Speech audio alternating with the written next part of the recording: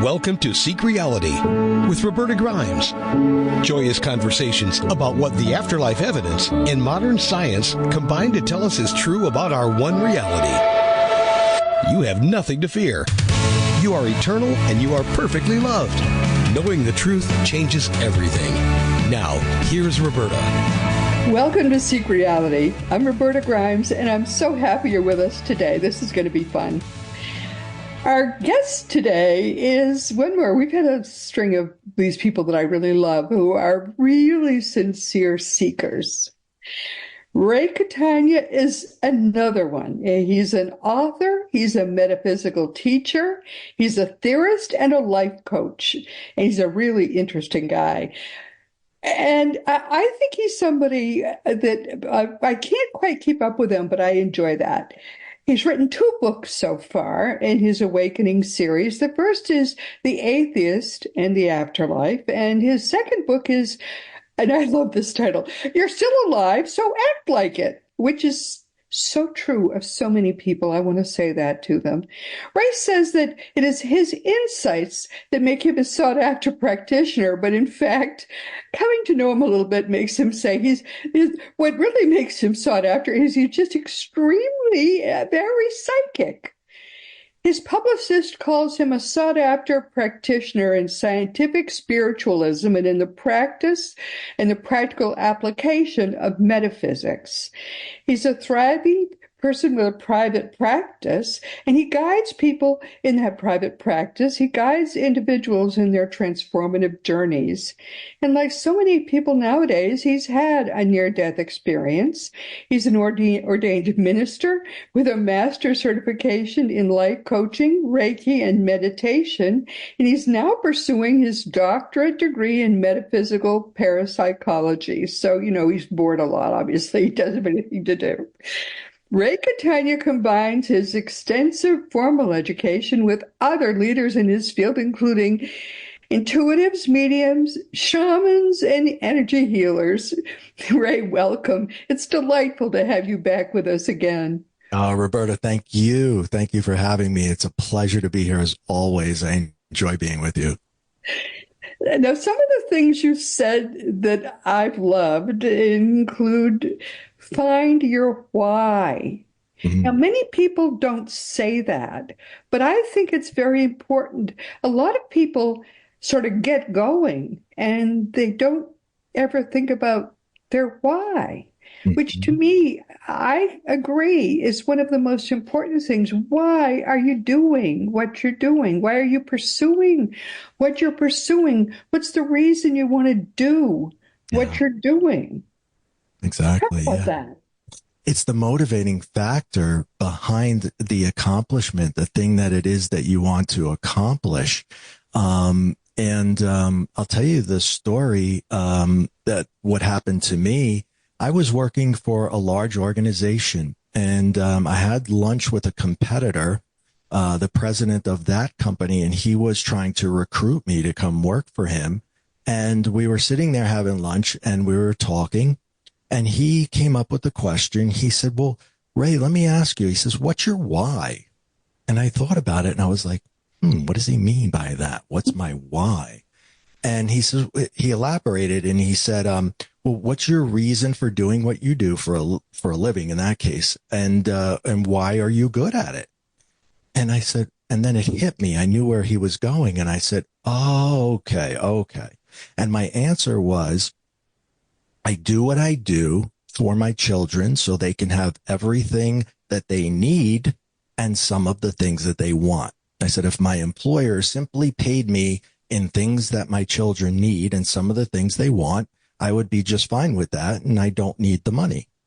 And he nearly spit out his coffee when I said that, because he said, I've asked hundreds of people that question and no one has ever answered it like that. And I said, well, I assure you, I'm not like other people. And he said, clearly. And it is true that the motivating factor for me was my children, or is my children. It is the reason that I'm here. And it is the most important reason that I'm here. And your motivating factor, your why, has to be something very significant. So with my why being my children, there's no chance of failure. There's none. It's like you have no safety net. That's it. You must achieve. So if you are willing to die for your why, there is nothing that can prevent you from accomplishing that goal. Your why cannot be a Ferrari. Okay. I doubt you're willing to die for a Ferrari. I doubt you're willing to die for even $1 million. So if you're not willing to die for your why, it's not your why. But if you are truly, like in my case, my children, I will die for them. There's nothing preventing me from accomplishing that goal. And that is the importance of identifying your why, because nothing can stop you. Nothing can derail you. You might have, obstacles to overcome, but you will overcome them. You'll break them down. You'll do whatever it is that you must do in order to get to the finish line. That's the beauty of identifying that why. What do you find people tell you? Is because I don't think my why was ever my children. I think my why was always that I felt drawn to do something big for God. It doesn't have to be your children. That is a huge why. That is something. Because I had an experience of light when I was 8, Mm-hmm. and I knew that I was supposed to do something big for God. Mm-hmm. And I didn't know what. I thought that God was calling me. And clearly that's something that you would die for, would you not? Well, I didn't even know what it was, so it was hard to know what to die for. But I mean, it's so big, right? This is the idea, that it's so big that it's something you're willing to do anything you need to do to accomplish. Yeah. But it certainly was bigger than a Ferrari, I would say. Right. Yeah. Yeah, exactly. And that's the kind of thing. And a lot of times people might come with something that's more materialistic, or, it could be something of great importance, but it's just not something that you're willing to do anything for. I believe you're willing to do anything for God. I'm willing to do. I am too, so that's probably, as I shift and my children get older, they don't rely on me. I was going to ask you, well, what happens when they grow up? Right.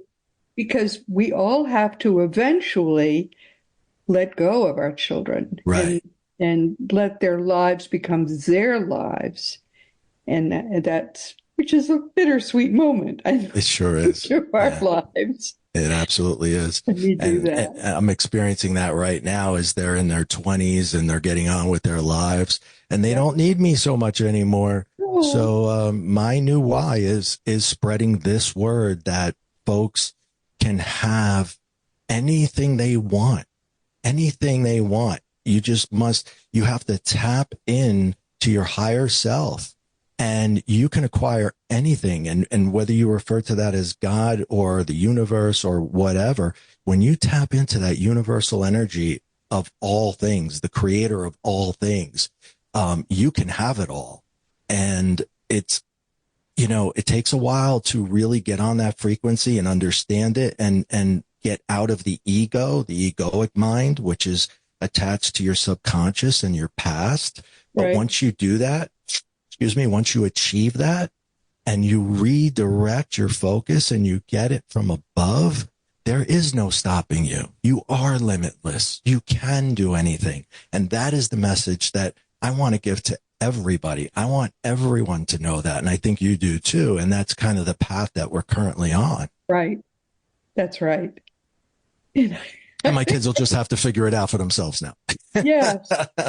Well, is that the people who come to you? Is that what are they hoping to learn from you? Well, they come with a variety of things. However, the answer to just about all of them is separating your self, your higher self, from your subconscious, your egoic mind, which runs our lives, right? So look at it this way. The subconscious mind is like a hard drive, and all the information on there is stuff that was put there when you were growing up, mostly between the ages of 2 and 7. You're in a theta state. You're in this hypnotic type state where you're absorbing all the information around you, right? Right. So These are downloads. You're accepting downloads, basically. everything, and it was there for survival, right? But it could be something that doesn't align with who you really are, but you don't know that because you're identifying with it. When I say ego, I don't mean like egotistical. I mean Freudian ego, like the sense of self, who you are. Who you are is not in your subconscious. It's not, because whatever's in there was placed there from what you observed, from what you took in, from what you learned. It's not you. But where are you? You're your higher self. And when you stop going to yesterday to try to figure out tomorrow, clearly that's not going to work. That's Einstein's definition of insanity, right? Repeating the same thing, expecting a different result. Stop going to your data bank that's flawed and go upward. Go get the information from the universe, and you will be given the correct information the correct way. Honor that. And it's hard for us to go back. You're born that way. And then we get derailed, and it's no one's fault. It's just the way we evolved. And now we have to kind of get back to the way I think things were many thousands of years ago, when we were being directed from above and not our set of circumstances. But they all have everybody has a presenting complaint. And what would their presenting complaint be? Sure. Well, it could be something that they're trying to achieve that they can't achieve, which is usually triggered by a self-limiting belief, which is something that they, again, is learned from the past. That when you realize, when I tell people you're not your ego, the light bulb goes off, and all of a sudden they're like, oh my God, they have this huge aha moment. I'll give you an example of myself. When I was really young, my parents had a get together in their house, and I'm talking single digits now. So I'm like 6, 7, 8, that age range. And I was playing with trucks under the table, and all the adults were sitting at the table, and they were talking about their fears and phobias. And it went around the table. And when it got to my mom, she said, I'm deathly afraid of heights. I, of course, absorbed that, and I became deathly afraid of heights. Of if it's bad for mom, it's bad for me. It must be, right? Okay. So I adopted that. And when somebody asked me what I'm afraid, I can't go. I'm deathly afraid of heights. I would even say it the way she said it. I turned 50 years old a few years ago, several years ago. Yeah. And at the age of 50, I was studying with an indigenous tribe in Peru known as the Queros, and I was studying with the shaman. I was learning their ways, and there was a ceremony for me at the top of the mountain Machu Picchu. I had to climb, right? So I didn't listen. I wanted to get up there so badly. I didn't think about being afraid of heights. I just went straight up, and I came down after the ceremony with my wife, and I said, honey, I'm not afraid of heights. My mother is. And that was like a moment where I carried a fear that wasn't mine for 50 years. That's how that works. So, and it's not her fault. There's no one to blame there. It just was the circumstance. So I absorbed her fear, her self-limiting beliefs, and I limited myself with those. Imagine how many of those we have that we can get rid of. Yes, of course. So regardless of what they come to me with the thing on the surface that they think is stopping them, it's usually something like that's underlying that we have to dig up and scoop out. Oh my goodness. So what do you call that kind of counseling then that you do? Metaphysical counseling.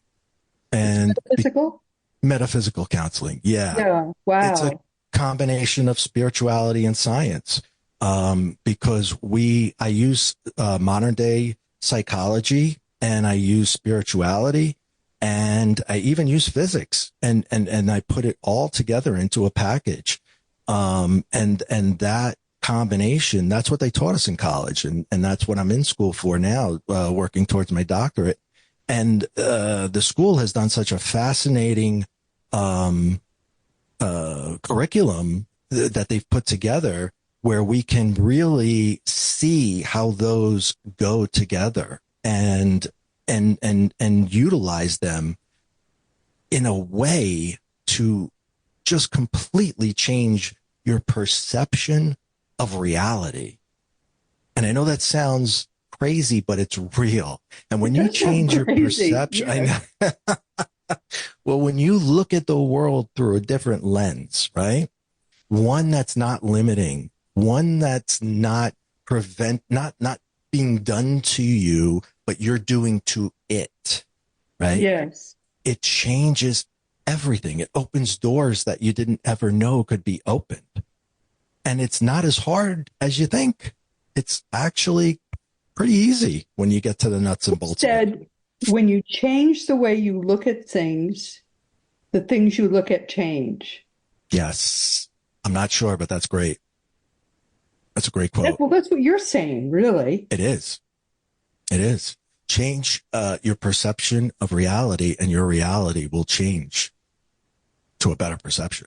It's just you change the way you look at something, and that something can become the way you want to see it, or the way you want to make it. Because you're looking at things the way in a habitual way. Yes, correct. Someone said that when the first ships arrived, they were so in the Americas, mm-hmm.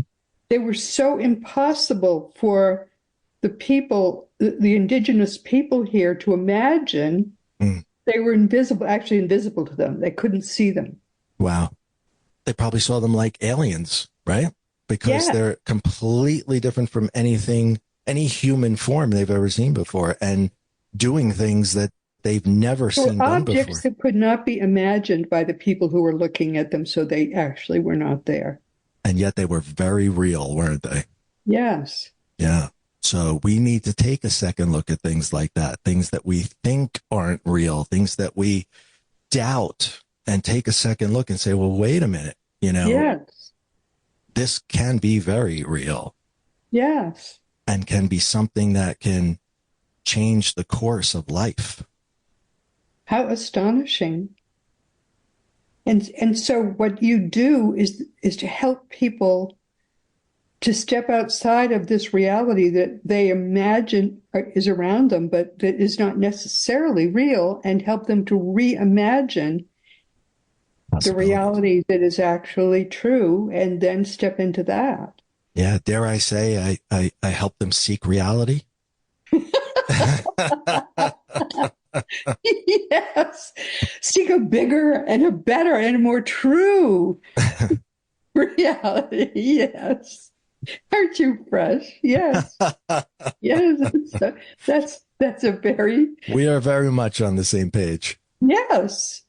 Yes. Seek a bigger and a better. And it's fun. It's really, when that ball starts to roll and you start to make these observations, it really gets fun, because you can just start looking at just about everything differently.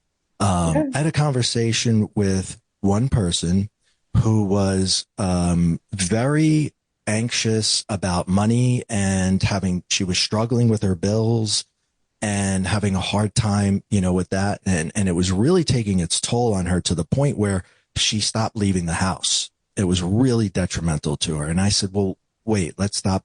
Let's look at this for a second. What are the majority of the bills? And they were credit card bills. And I said, okay, I want you to put them all right in front of you right now. Go get them, make a pile of them, and let's tear them into little pieces and throw them in the trash. And I never want you to look at them again, and I never want you to pay them. What's going to happen to you? Nothing is the answer. You didn't borrow from the mob. No one's coming to break your legs. No one's going to kill you. No one's going to hurt you. You're going to have a different credit score. Okay. So the anxiety that's got you not being able to get out of bed, you can simply throw away without repercussion.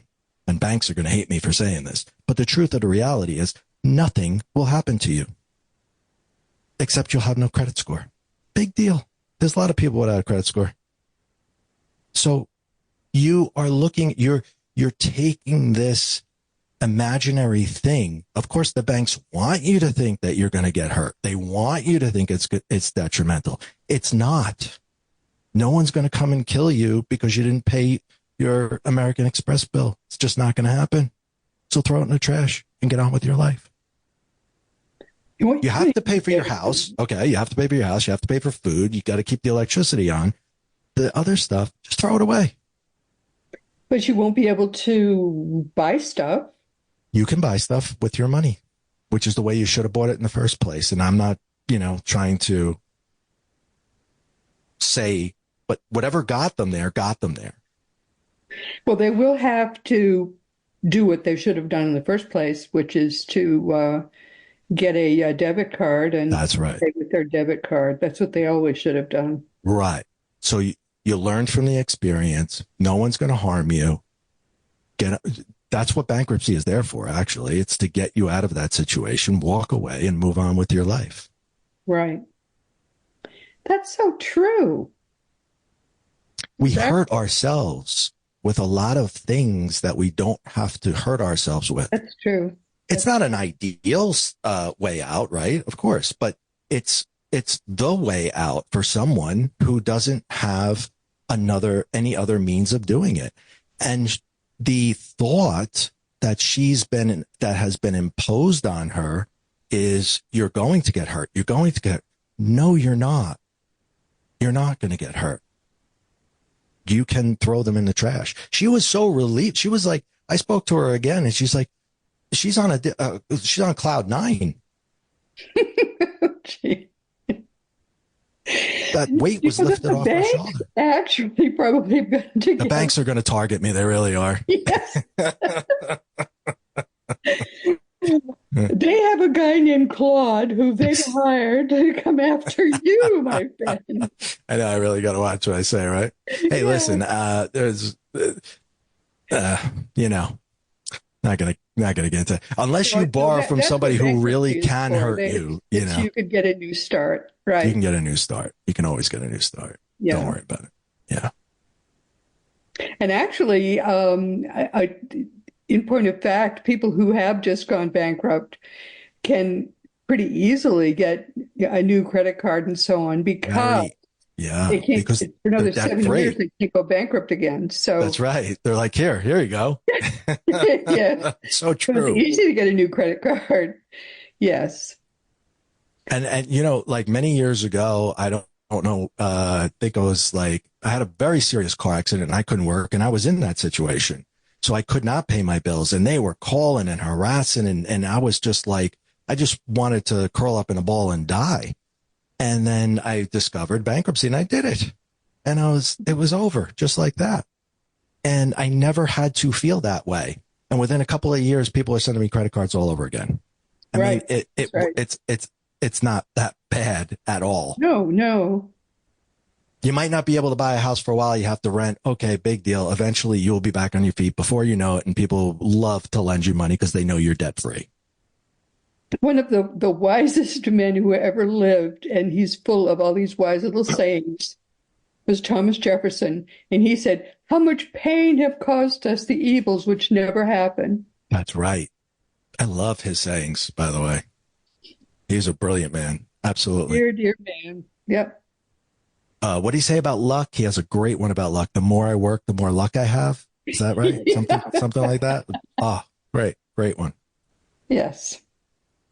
So, all right. So, this is actually a practice I've never heard of this kind of practice. To help people to sort of get out of misery and into happiness, but it's a spiritual, what did you call it? It's a spiritual, well, I called it metaphysical counseling. And it's spiritual practicality. Yes, indeed. Okay. Because you're kind of, you can go to therapy, right? And with traditional, psychology and do something similar where you're finding out why it is you behave the way you behave, right? You're going into that data bank, you're going in there and you're taking this stuff out. Well, I did 15 years of that type of therapy. Talk therapy is very good for the therapist. They make a lot of money and they make you feel better, but you never get better. It never ends. That's where I was going with that. Because you could keep digging stuff out, keep digging stuff. At some point, you have to just say, okay, there's a lot of stuff here. We're not going to analyze all of it because you want to get from A to B, and we're not going to get to B if we keep talking about A. My life, and it doesn't do that. It just doesn't do it. Right. You do have to examine. You have to go in there and tinker around so that the client notices that this is where it comes from and they understand that. But then it's all about moving forward, not about identifying yesterday over and over and over, because you could do that for years. That's why I don't recommend talk therapy. It doesn't do that for you. But Peter Wright, who is a hypnotherapist and is somebody we have on a lot, does it in a short order. And now you've just given us another way to do it in short order, which is which I love. Mm-hmm. Okay. So I often work with hypnotherapists also, and we'll work together with the client. We could do magical things for somebody. Yeah, this is terrific. So, okay. So what you do, and what he does is spiritual, what you do is spiritual. This is terrific. Isn't everything spiritual really at the end of the day? It should be. But I don't think talk therapy really is. All it is a way to give you a chance to talk to somebody. But all it does is examine the past exhaustively, but it doesn't really fix it in the now. Fixing in the now is all you want, because if we keep talking about things that happened when you were 5, that's not going to help you at all. It's not going to get you advanced. Right. It's not going to get you to the next level. 48. What happened at 5 is way in the past. Yeah. I mean, it's not rehearsing. But we allow that to affect us today. Isn't that it? Look at that for a moment, right? They say by the time you're 7 or 8 years old, you have already created your perception of reality. Yes. So we're making decisions today as an adult based upon our 7-year-old beliefs. That's scary. I didn't know. I didn't know anything at 20. I thought I knew everything, but I certainly didn't. Never mind 7. No. That's just not constructive. And I have known people that have done, as you say, a decade or 2 of talk therapy, and it really hadn't helped them much. Yeah. They just keep going around the same barn over and over again. I don't want to bash it too much because it does help, but it's not, you have to do the second component, right? And they don't focus on the second component, which is getting you to the next level. There is advantages to doing it, but there's better ways now. We're finding better ways, and there's more that we can offer people that isn't being offered, and it should be offered. It should be taught in schools, more schools.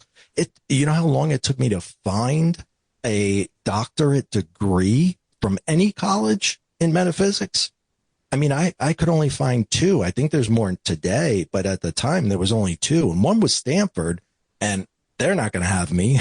I don't have the grades to get in there, right? So hopefully there's more now, and there's more options for metaphysical counseling and finding that what you're doing clearly is going to work. Yeah. A whole lot better than just talking endlessly about what happened when you were 5. That's for sure. So I like to think so. Talk about that process. That's wonderful. Well, identifying what is in that data bank, what's on the hard drive and how it got onto the hard drive. And then you can start to see how that's filtered through the ego. And the ego is what's directing your decision making. So when something occurs and you're going to be reactive to it, it's the ego that's telling you how to react. And the ego is getting its information from that 5, 6, 7-year-old.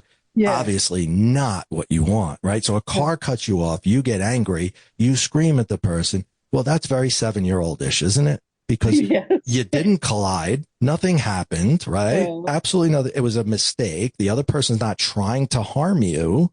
It was an accident, even if you do hit one another. But people, when they don't hit one another, they're screaming and yelling. And you got to look. And I was guilty of that too at one time in my life. It wasn't until I overcame this that I realized that there's just no reason to impose that type of negative energy upon yourself. You're not harming the other person. They're not even going to think about you for the rest of the day, but you're going to go to work and you're going to say, you should have seen this crazy driver that I encountered today. And then you're going to go home and tell your wife, I almost died today because of this crazy person. And then you're going to tell this one and that. You're stuck in the 5-year-old. Yeah. You're a 5-year-old. Yes. Stomping your feet. Going, this is what happened to me today. Yes. Or when you went up the mountain. Yeah. You were the adult that went up the mountain. And the adult you were not the 5-year-old who thought he was afraid of heights. You were the adult who was able to enjoy the height and say, no, I am not afraid. Yep. That's the difference. You had grown beyond the fear of heights. Yep. And I didn't even know I was doing it because I just wanted to go up there. I was just in that present moment where I wanted to go up there to join that celebration so badly. Yes. I didn't think about anything. There was no thoughts. Grew beyond that moment. I just went. Yes. That's what you teach. Yes. Stop thinking. Yes. Sometimes the ego plays a key role. Future or present future moment. Yeah. Every now and then, the ego has its positives, right? It's there to protect us, and it will say, look both ways before you cross the street. Okay, that's a good thing. But 90+% of the time, it's giving you garbage that you don't need to deal with and you don't need to dwell on for sure. Yes. And it's also that egoic obsessiveness that says, you got to do this, you got to do this, you got to do this, you got to do this. Well, when you break free of you got to do this, especially if it's something you really don't have to do, or you don't have to think about it anyway, because it's happening next Tuesday. Yes. So you don't have to get anxious and get worked up over something that's not happening yet because it's on Tuesday. Yeah. I had a client who was in, we were doing face-to-face therapy, and I could see that she was very anxious about something. And I said, is there something bothering you? And she says, yeah, well, driving, she explained to me that driving was very difficult for her. And she had driven an hour to be there. And I said, I was, very, impressed that she had done that, especially to see me. So I really took that, as a compliment. And we were talking, I said, so what is bothering you right now? And she said, I said, is it the drive home? And she says, yeah. And I said, well, that's an hour away. So you don't have to let that bother you now. We can discuss that in an hour. Let's talk about something else. So, and we'll address that then when it actually is a thing, because we have a whole hour where you don't even have to think about that at all. And she became very relieved. And we had our great, really, really good session before we addressed the drive home. Which is a wonderful thing to teach people. Yeah. To live in the moment as opposed to always being defensively kind of worrying about the future. The future will take care of itself. Yeah. Especially when it's something that you don't need to deal with right then and there. Right. And we work ourselves up to a point where we destroy the time between now and the time that we actually have to deal with it. Right. And we lose all of that because we're not living in the present moment, as Eckhart would say, and who I adore. Excuse me. I have allergies. The big allergy season right now. Where do you live? I'm in New Jersey, and we're in fall, and so when the trees and leaves start falling, Right. any change of seasons affects my nose. One of the great things that Jesus taught was prevenient forgiveness, how to forgive everything in advance before it actually happens. Mm, Because it's way too hard to forgive things after they actually happen. He said you have to forgive everything. Well, if you forgive things after they've happened, that's too hard because you're all upset. So he taught how to forgive everything in advance. wow. And then, you've already forgiven it. It's just the peace that comes from that one lesson is unbelievable. It's so perfect and it works. It's so incredible. And why do we forgive at all? Right? Think about that for a moment. Who are you? If you're forgiving someone and it is after the fact and you're all worked up and you decide you're going to forgive them, that's not for them. That's for you. It's the gift you give yourself. That's why it's so important to forgive, because otherwise you spend your whole life, you basically wreck your entire day because somebody else has bothered you. But the gift you give yourself is you forgive everything in advance, and then your whole life is peace. That's right. It's the best thing you can do is learn prevenient forgiveness. Oh, wow, it makes such a difference. And I don't know if you're familiar, but Eckhart Tolle is actually one of the best interpreters of the teachings of Jesus. He is astonishing when he interprets the teachings. It's just amazing. He hasn't written a book on it, but he speaks on it a lot. And if you get the opportunity, I highly recommend listening to him. He's really, really good. I've always been a huge fan of Jesus, to say the least. Well, the better you interpret his teachings, or know someone who does, Yes, the more peace you have in your life. totally. It's quite wonderful. Yeah. But forgiveness is the big one. If you learn prevenient forgiveness, peace descends and forever. And it's not for the other person. It's not even about the other person. It's about you. No, it's only about you. It really is.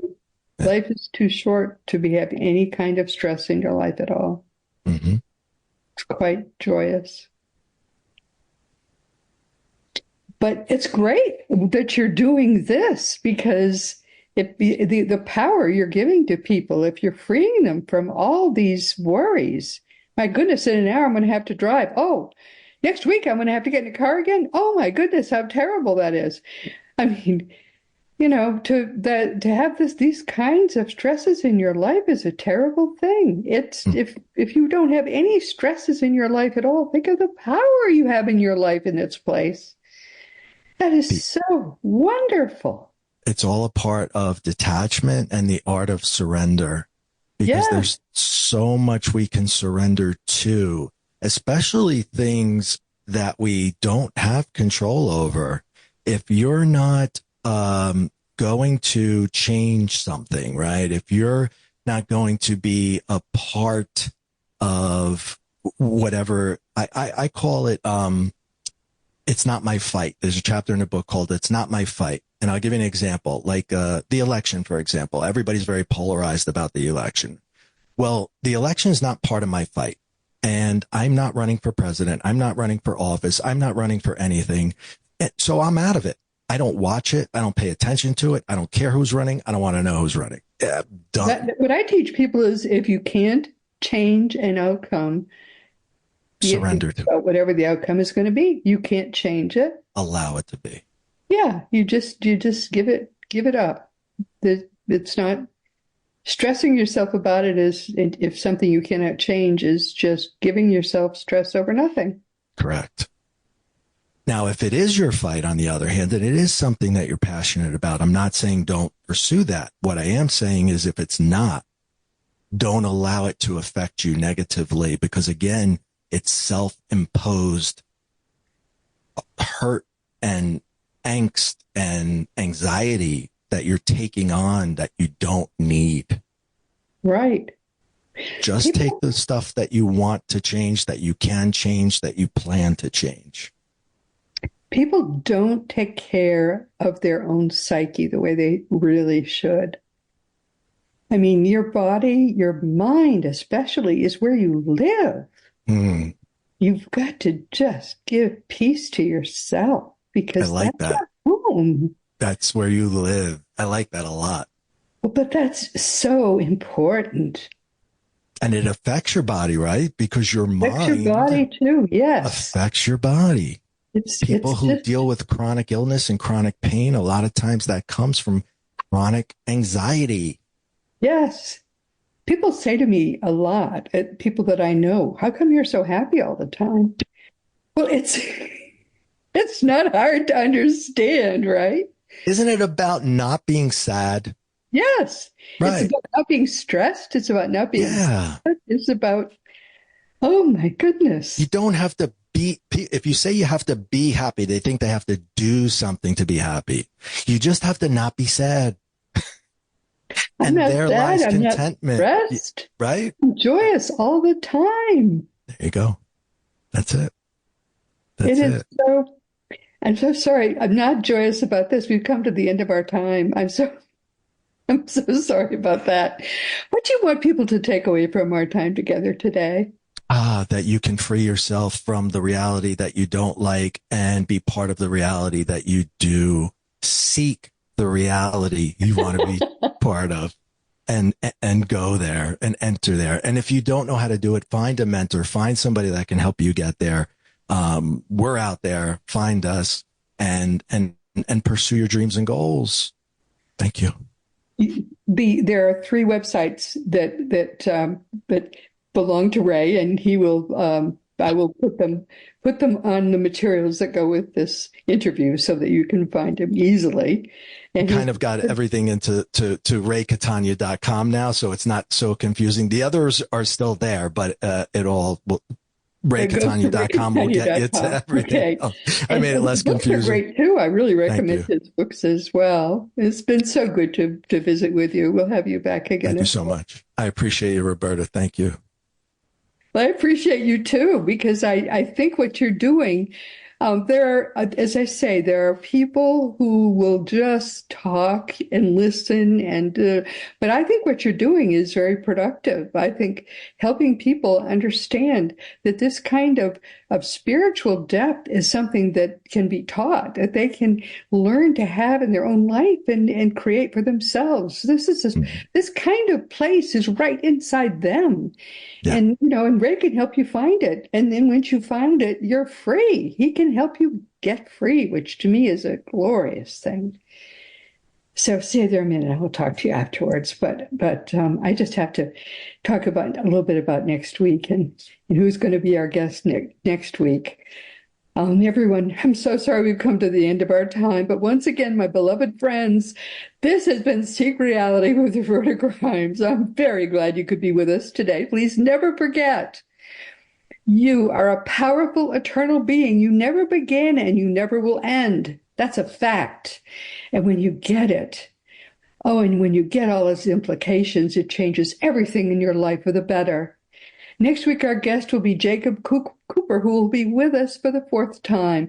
Jacob is another wonderful young seeker, and I purely love to just help to nurture this exciting young next generation. Many of them, like Jacob and like Ray, he's younger than I am. He's another next generation seeker.